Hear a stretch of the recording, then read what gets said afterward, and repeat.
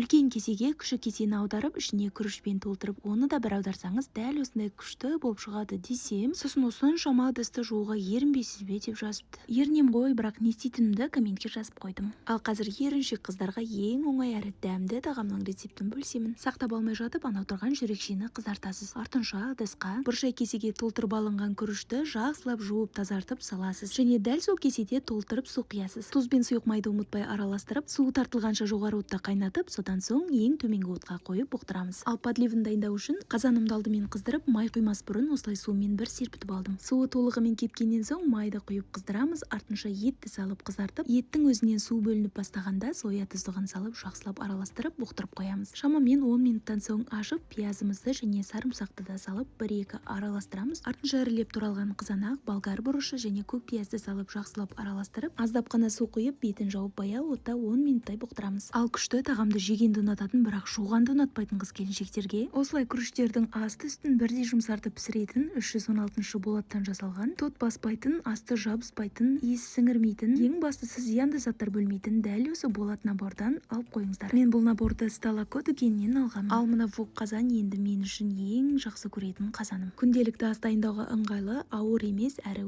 өте сапалы. Ал осындай оңай тағамдарды бір келкі етіп қуырады. Рецепт пайдалы болса лайк басып сақтап алыңыздар және комментсіз қалдырмаңыздар.